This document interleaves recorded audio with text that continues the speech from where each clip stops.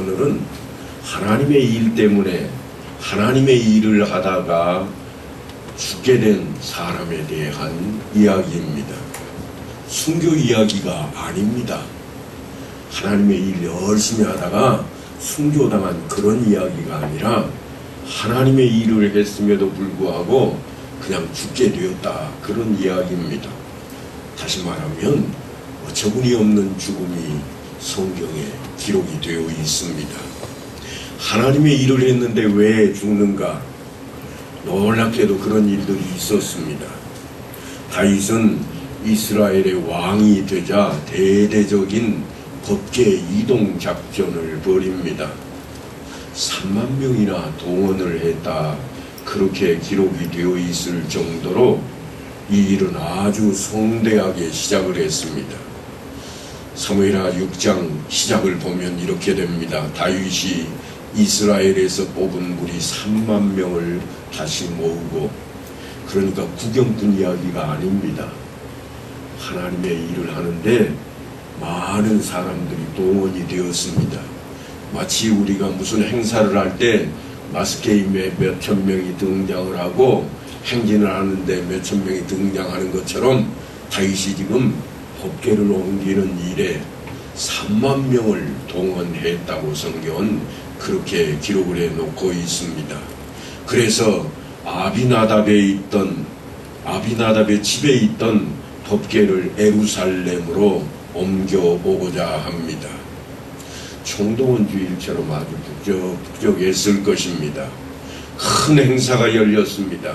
악기를 동원하고 새 수레를 제작하고 법궤를 그곳에 싣고 오고 있습니다. 그런데 무슨 일인지 오던 길에 갑자기 소가 뛰기 시작했습니다. 그래서 수레에 있던 법궤가 땅으로 떨어질 것 같아서 우사가 법궤를 붙잡습니다. 그런데 그 일 때문에 우사가 즉사하고 맙니다. 우사의 죽음은 너무한 것 아닌가 하는 반응을 보일 수 있는 사건입니다. 하지만 예배와 관련해서 중요한 의미가 담겨있는 그러한 사건입니다. 성경에는 우사와 오벳에돔이라고 하는 사람을 긍명적으로 그렇게 대조시켜 놓고 있습니다.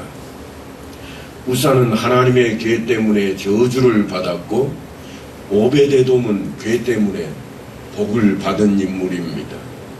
법궤라고 하는 환경에 어떻게 대처하고 있는가에 따라서 그들의 운명이 전혀 다른 모습으로 우리 앞에 그려지고 있습니다.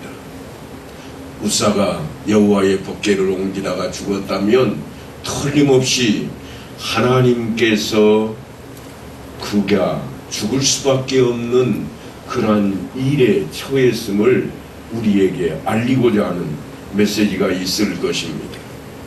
하나님은 우사를 죽이고 과연 우리에게 무엇을 말씀하시고자 했을까요? 먼저는 우사의 보이는 죄입니다. 우사의 죽음은 성경을 자세히 들여다보지 않은 사람은 그 이유가 몹시 궁금해할 그러한 사건입니다. 그러나 성경은 이렇게 기록하고 있습니다.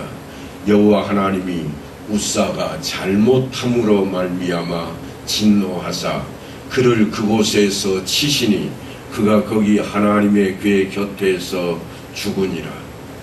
분명하게 잘못했다 그럽니다. 무엇을 잘못했을까요? 틀림없이 우사는 하나님의 징계로 죽은 것이 분명한데, 죽을 잘못을 저질렀을 것인데 무엇이 과연 그가 죽어야만 할 그러한 죄였을까요? 하나님의 궤는 그룹 사이에 좌정하신 만군의 여호와의 이름으로 불리는 것이라, 그렇게 우리가 읽은 본문 앞쪽에 사무엘이 기록을 해놓고 있습니다. 언약궤야말로 하나님의 거룩하신 존재를 드러내는 것이요, 또한 하나님의 능력과 하나님의 성품과 하나님의 영광이 임재하여 있다고 하는 뜻을 담고 있는 놀라운 상징물입니다. 한마디로 웃사는 그렇게 거룩한 여호와의 궤를 하나님의 존엄함과 존귀함과 영광을 대하듯 하지 아니했다. 지금 그런 표현입니다. 아니, 수레에서 떨어지려고 하는 것을 붙들고 있는데 어찌 그가 잘못했단 말인가요? 그런데 그가 잘못한 것에 대한 이야기를 성경은 우리에게 이렇게 알리고 있습니다. 첫째로는 궤를 매지 않고 수레에 싣고 옮겼다고 하는 것입니다. 하나님의 성물을 옮기는 방법을 이미 하나님께서는 모세를 통해서 이스라엘 백성들에게 전하셨고 가르치게 하셨고 지금까지 이스라엘 백성들이 지켜왔던 내용들입니다. 어떻게 지켜왔는가? 이스라엘 백성들이 광야 생활을 할 때에 40년 동안이나 그들이 지켜왔던 내용이 다름 아닌 바로 그것입니다. 구름 기둥이 솟아오르면 그들은 다 옮길 준비를 하였고 구름 기둥을 따라 옮겨갔습니다. 그때마다 어떻게 옮겼는가? 그 옮기는 양식이 정해져 있고 또한 하나님께서 인도하시는 대로 그들은 그대로 따라 움직이다가 구름 기둥이 머물면 그 자리에 다시 내려놓고 설치하고 또한 그들 자신들도 쉼의 시간을 얻게 되었습니다. 그때에 성막을 중심으로 성물들 하나님 앞에 예배 드리는 데 필요한 것들을 옮겨오는 과정과 또한 설치하는 과정들이 다 정해진 대로 그들은 해왔습니다. 민수기 4장을 보면 이렇게 기록합니다. 진영을 떠날 때에 아론과 그의 아들들이 성소와 성소의 모든 기구 덮는 일을 마치거든 고아 자손들이 와서 맬 것이니라. 그러나 성물은 만지지 말라. 그들이 죽으리라. 회막 물건 중에서 이것들은 고아 자손이 맬 것이며 그랬습니다. 그러니까 법궤는 수레에 얹어서 옮길 수 있는 그런 성물이 결코 아닙니다. 물론 블레셋 사람들이 일찍이 법궤를 빼앗아 갔다가 돌려보낼 때 수레에 실어서 보냈던 적이 있습니다. 수레에 실린 적이 없는 게 아닙니다. 그때에 젖나는 소 둘을 메어서, 다시 말해서 송아지가 딸린 소 둘을 통해서 그 수레를 끌게 했지만 베세메스에 이르기까지 좌로나 우로나 치우치지 아니하였다고 성경은 기록해 놓았습니다.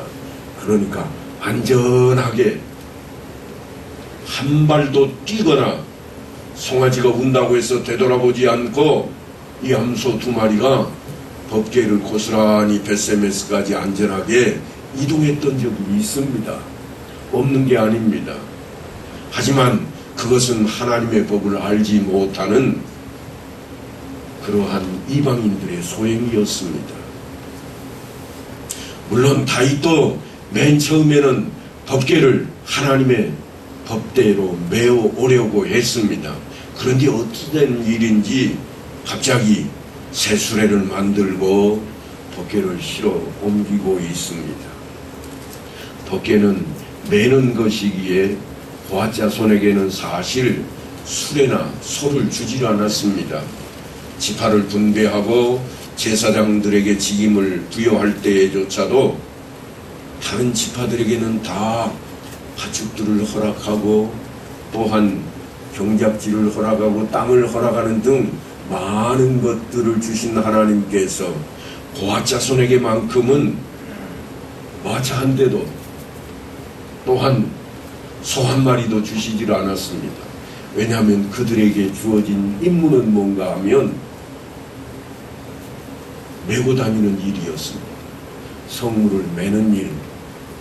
우리가 흔히 교회에서 봉사한다 하는 이야기를 많이 합니다만 우리가 주의해야 할 점이 하나 있습니다. 여러분, 봉사와 직임을 잘못 생각하시면 안 됩니다. 여러분이 받으신 직임은 해야 할 일입니다. 봉사가 아닙니다. 착각하시면 안 돼요. 내가 봉사로 일을 열심히 하고 있다. 아니요, 그렇지 않습니다. 여러분에게 주어진 일을 하시는 겁니다. 목사가 되었든지 장로가 되었든지 권사가 되었든지 집사가 되었든지 직분을 받은 자라면 봉사의 일이 아닙니다. 봉사는 뭔가 이 직임 이외에 다른 사람을 위해서 희생하는 게 봉사입니다. 어려움을 당한 사람에게 내가 가까이 가서 도와주는 게 봉사입니다. 내가 해야 할 일을 하는 것은 봉사가 결코 아닙니다. 직임입니다. 잃어버리시면 안 됩니다. 오늘 성경이 왜 하나님의 일을 하던 사람이 갑자기 죽게 되고 있는가? 그것은 이 사람이 그 일을 봉사로 여기고 있기 때문입니다. 직임을 온전히 내가 해야 될 소명으로 알고 해내야 될 것을 강조하고 있는 대목이라 그런 말씀입니다. 도화자손에게는 주지 아니하였으니 그들의 성소의 직임은 그 어깨로 매는 일을 하는 까닭이었더라. 성경에 분명하게 직임에 대한 이야기를 하고 있습니다. 그러니까 내가 목사로서 여러분 앞에 이렇게 서서 말씀을 증거하는 것은 결코 봉사하는 일이 아닙니다. 저에게 주어진 직임을 하는 겁니다. 제가 목사로서 여러분을 예배 인도하는 모든 일들은 제가 봉사로 헌신해 사는 일이 아닙니다. 저에게 주어진 일입니다. 동일하게 장로님들에게도 권사님들에게도 집사님들에게도 마찬가지입니다. 순서를 맡아서 예배 시간에 담당해야 할 일도 봉사적인 차원이 아닙니다. 마땅히 할 일을 하셔야 되는 일입니다. 소명인 것입니다. 안내를 맡으신 분들이 안내를 하는 일조차도 봉사가 결코 아닙니다. 주어진 일인 것을 꼭 기억하시고 온전히 행해야 될 것을 성경이 우리에게 교훈하고 있는 대목입니다.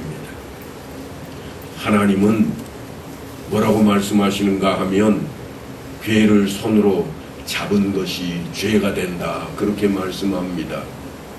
다시 말해서 해야 할 일을 아니 해야 할 일을 하는 것도 죄라고 지금 말씀을 하고 있는 것입니다. 뭐라고 되어 있는가 하면 성물은 만지지 말라 그들이 죽으리라. 아니 성물을 안 만지고 어떻게 옮길 수가 있을까?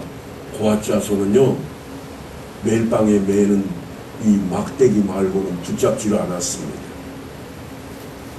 막대기를 고리에 끼워 놓고 그것을 짊어졌을 뿐 나머지는 누가 만졌는가? 제사장들이 다 덮어놓기까지 펼치는 것까지 그렇게 일을 하고 있습니다. 자신이 맡은 바에 따라서 자신의 일만 하고 있다고 하는 겁니다. 뿐만 아니라 우리는 하나님께서 아담이 먹지 말라는 선악과를 따먹음으로 죽었던 모습을 우리에게 늘 기억하게 합니다. 우사도 만지지 말라고 하는 법궤를 손으로 잡음으로써 죽은 것입니다. 그냥 마땅히 죽을 일이라 그렇게 생각하시면 안 됩니다. 우리도 아마 그 자리에 있었다면 그렇게 하지 않았을까요? 법궤가 떨어지려고 하는데. 뿐만 아니라 벳세메스에서도 법궤를 들여다봤던 백성들이 70명이나 죽었습니다. 법궤 안에 뭐가 있을까 좀 보자. 법궤를 들여다보지 말라고 분명히 수록되어 있음에도 불구하고 그걸 들여다봤던 인물들이 70명이나 동시에 죽고 말았습니다. 우리가 볼 때에 하나님께서 너무나도 가혹하게 그렇게 처신하신 것이 아니냐 할 수 있을 것입니다. 그러나 하나님은 신실하신 분입니다. 일처리도 그래서 신실하게 하십니다. 이런 것들은 사실 우리 눈에 보이는 것들입니다. 그러나 이런 사건과 사건의 처리 속에는 보이지 않는 진짜 죄가 숨어 있습니다. 이건 우리 눈에 보이는 죄고요. 우사에 보이지 않는 죄가 무엇이었는가? 우사를 사실 죽게 한 것은 불순종이라고 하는 겁니다. 그가 법궤를 만지는 것은 사실 우리 눈에 보이는 현상일 뿐입니다. 실제로는 만지지 말라고 하는 명령에 불순종하고 만지면 죽을 것이라는 말씀이 있었음에도 불구하고 만짐으로 죽게 되었다고 하는 것입니다. 불순종은 하나님의 뜻대로 행하지 않는 것을 말합니다. 법궤를 매라고 했는데 수레에 실어 옮기는 것도, 손으로 성물을 만지지 말라고 했는데도 잡은 것도 모두 하나님 말씀에 대한 불순종입니다. 불순종이라는 죄의 처리는 한 가지입니다. 하나님의 저주입니다. 신명기 28장을 보면 네가 네 하나님 여호와의 말씀을 청종하지 아니하고 네게 명령하신 그의 명령과 규례를 지키지 아니하므로 이 모든 저주가 내게 와서 너를 따르고 내게 이르러 마침내 너를 멸하리니 이 모든 저주가 너와 네 자손에게 영원히 있어서 표징과 훈계가 되리라. 그 저주 중에 일환으로 죽음이 찾아온 겁니다. 사망이 찾아온 겁니다. 그러니까 우사가 범한 본질적인 죄는 불순종이었습니다. 보이지 않는 문제가 열매로 나타난 것이 무엇인가? 수레에 싣는 것과 손으로 만진 것으로 나타났을 뿐입니다. 아담이 어떤 죄를 지었습니까? 제가 아까도 말씀드렸지만 우리는 흔히 이렇게 생각합니다. 선악과를 따먹었습니다. 선악과를 따먹는 죄를 저질렀습니다. 그렇게 대답하겠습니다만 사실은 그것은 일부에 불과한 표현입니다. 실제로는 우리가 어떻게 답해야 되는가? 하나님 말씀에 불순종했습니다. 이게 정답입니다. 불순종했기에 그가 육신의 죽음을 맞게 되었다고 하는 것입니다. 하나님은 아담에게 선악과를 금하면서 먹으면 반드시 죽을 것이라고 말씀을 하셨습니다. 많은 사람들이 아담과 하와가 에덴 동산에서 쫓겨나기는 했어도 죽지는 않았다고 그렇게 생각을 합니다. 그러나 그것은 잘못된 생각입니다. 하나님은 영적인 생명에 대해서 지금 말씀을 하고 있습니다. 그 영적인 생명이 무엇인가? 하나님께서 아담에게 임하셨다가 떠나버리는 겁니다. 하나님께서 그의 코에 하나님의 기운, 생기를 불어넣으셨다가 하나님이 이제는 떠나버리신 겁니다. 그러니까 그 영혼은 죽은 영혼이 되어버렸다고 하는 겁니다.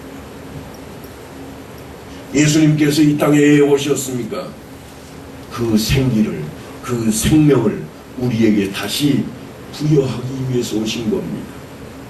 그래서 주님은 우리에게 말씀을 하십니다. 내가 너희와 항상 함께 있으리라.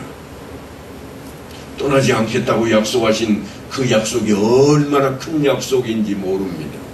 우리에게 영원한 생명을 주시겠다고 하는 약속이기 때문에 그렇습니다. 지금 불순종 때문에 우사는 하나님을 경배하는 자리, 법궤를 옮기는 자리에 실패하는 인생이 되어버리고 말았습니다. 그는 하나님의 거룩한 그 법궤를 옮기는 일이 죽음에 이르는 일로, 사망에 이르는 일로 그 앞에 펼쳐지고 말았습니다. 그러니까 그는 분명하게도 하나님의 일을 하고 있습니다.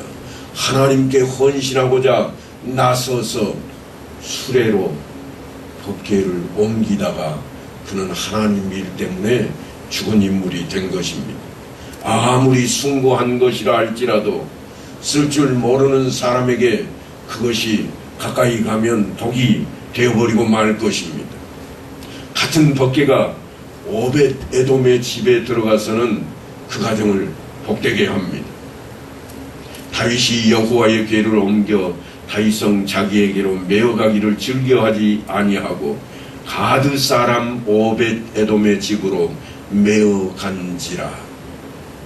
누구네 집으로 가는가 하면 가드 사람입니다. 오벳 에돔은 이스라엘 백성이 아니에요. 하나님의 백성이 아닙니다. 그런데 하나님의 교회가 다윗이 자기의 제사장이 죽는 것을 보고 분해서 가져가는 것을 포기해버립니다. 그리고는 오벳에돔의 집으로 메어서 가게 했습니다. 그랬더니 이번에는 놀랍게도 오벳에돔의 집에 복이 가득합니다. 이방인인데도 불구하고 그가 복받았다는 소문이 온 동네에 자자합니다. 하나님의 법대로 순종하면 복을 받는 것이요, 하나님의 법을 무시하면 저주를 받는 것을 고스란히 우리에게 보여주고 있는 장면입니다. 그러니까 하나님을 알지 못하는 사람들조차도, 예수를 믿지 않는 사람들조차도 하나님 뜻에 합하게 살아가고 있는 자들은 이 땅에서의 삶이 어떤가 하면 복받는 삶을 산다, 그 이야기입니다. 하나님을 믿어야만 이 세상에서의 삶이 복된 삶인가? 아니요. 하나님을 믿지 않는 자도 우리보다 더 돈이 많을 수도 있고 높은 자리에 오를 수도 있고 더 나은 삶을 살아갈 수도 있습니다. 그들이 하나님 뜻에 입에대지 않는 한 그렇습니다. 그러면 우리는 왜 예수를 믿는가? 하나님 나라를 향하기 때문입니다. 하나님 안에 살기를 원해서입니다. 하나님 밖에서 행복은 일시적인 것일 뿐이기 때문에 그렇습니다. 우사에 안 보이는 죄는 하나님께 영광을 돌려야 할 때에 하나님의 거룩성을 무시한 것이었습니다. 이 행사를 더욱 아주 성대하게 치르기 위해서 많은 사람들을 동원했고 또한 수레를 새로 만들었습니다. 아주 멋지게, 누가 봐도 대단하게 만들지 않았겠습니까? 하나님의 교회를 실어가려고 하는 수레니까 대단했을 것입니다. 그럼에도 불구하고 수레가 떨어지려고 합니다. 하나님 말씀대로 행하고 있지 않기 때문입니다. 그래서 이러한 복이 오는 것도 저주가 오는 것도 사실은 우리 앞에 늘상 펼쳐져 있는 것입니다. 우리가 하나님의 말씀대로 행할 때에는 복이 우리에게 다가오지만 우리가 사소한 것이라도 하나님의 말씀이 아닌 세상적인 것으로 반응하면 하나님께서는 우리에게 저주하실 것이라 말씀합니다. 나는 예수를 믿기 때문에 괜찮아, 나는 하나님의 아들이야, 무슨 이야기를 하고 있어, 그럴지라도 그가 하나님께서 택하신 자로 구원을 얻을지는 모르나 영광스럽지 못한 구원이 될 수도 있다고 하는 이야기입니다. 우리는 우사를 통해서 다윗에게 경고하시는 하나님을 만나게 됩니다. 다윗은 버케를 옮겨오기 위해서 3만 명이나 되는 무리를 동원했고 새 수레를 제작했고 주악단까지 마련해서 아주 정성껏 성대히 행사를 펼쳤습니다. 그러나 그 일은 정성만으로 될 수 있는 일이 결코 아니었습니다. 열심만 가지고 되는 일이 아니었습니다. 반드시 하나님의 말씀에 대한 순종이 따라야 된다고 하는 것입니다. 맡은 바 직무를 다 할 것을 성경은 우리에게 이렇게 요구하고 있습니다. 하지만 다윗은 그것을 깨닫지를 못했습니다. 버케를 이동하는 중에 우사가 죽은 이후로 하나님께서 정해주신 버케 봉사자가 아닌 다른 사람에게 버케를 만지게 했기 때문입니다. 다장마당에서 소들이 뛰고 버케가 흔들리자 우사가 버케를 붙든 것은 어떻게 보면 당연하고 충성스러운 그러한 모습이라 말할 수 있을 것입니다. 하지만 버케를 이동하는 절차가 처음부터 잘못되었을 뿐만 아니라 하나님께서는 우사를 치심으로 다윗에게 경고를 하고 있습니다. 그동안 모든 일들이 잘 풀려나갔기 때문에 다윗은 당연히 하나님의 법궤를 자신의 왕궁으로 모셔드리고 싶어 했습니다. 그래서 하나님의 뜻도 묻지 않았습니다. 늘상 하나님의 마음에 합했던 다윗이 실수를 하기 시작합니다. 잘 되자 실수를 합니다. 밧세바 사건이 그러했고 또한 법궤를 옮기는 일이 그러합니다. 사람이기에 그도 실수를 한다고 하는 겁니다. 하나님의 법궤를 모셔오는 데만 집중이 되어 있고 그 절차를 무시하고 있습니다.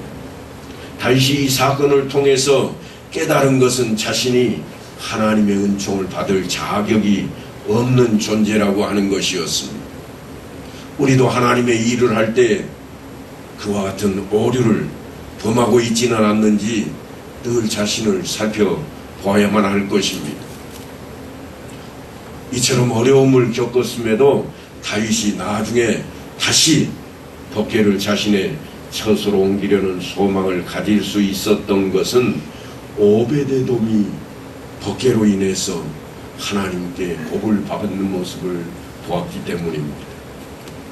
다윗은 법궤가 두려워서 자신에게 옮기는 것을 당분간은 포기했지만 하나님의 법궤는 하나님의 뜻대로 모시면 큰 복의 근원이 된다는 사실을 바라보고 오벳 에돔이 블레셋의 가드 사람이었지만 법궤를 모심으로 복을 받는 모습을 보고 드디어는 하나님의 궤를 예루살렘으로 옮겨옵니다. 하나님은 순종하는 자에게는 한없이 자비롭지만 거역하는 자에게는 한없이 두려움의 존재가 되시는 분으로 우리 앞에 나타나고 있습니다.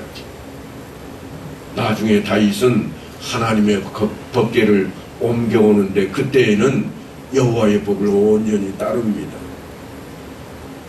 레위 사람들을 통해서 어깨에 매도록 하였고 순종과 기쁨에 제사를 드리면서 모셔왔습니다. 인간과 하나님의 다른 점이 무엇일까요? 한 사건을 다룸에 있어서 믿음 없는 사람과 하나님은 근본적으로 다른 모습을 드러내고 있음을 우리가 대하게 됩니다. 사람들은 늘 보이는 것에 집중합니다. 보이는 것을 통해서 우리는 모든 평가를 끝내버립니다. 그러나 하나님께서는 보이지 않는 사건 속에 숨어있는 본질적인 것을 우리로 하여금 들여다보기를 원하고 계십니다. 소가 뛰어서 법궤가 떨어지는 것을 다급해서 손으로 잡았는데 상을 주기는커녕 왜 벌을 주는가? 이것은 우리의 생각입니다. 대부분의 사람들은 그렇게 생각할 것입니다. 우사도 그 사건으로 자신이 죽을 거라는 것을 알았더라면 아마도 안 잡았을 겁니다. 그러니까 하나님의 말씀을 온전히 귀하게 여기지 않은 겁니다. 말씀이 없었던 게 아닙니다. 그가 그걸 몰랐을 리가 없습니다. 늘 말씀을 끼고 살았던 제사장 출신이니까. 그럼에도 불구하고 그는 실수를 해버리고 말았습니다. 우리는 우리 자신을 좀 들여다봐야 됩니다.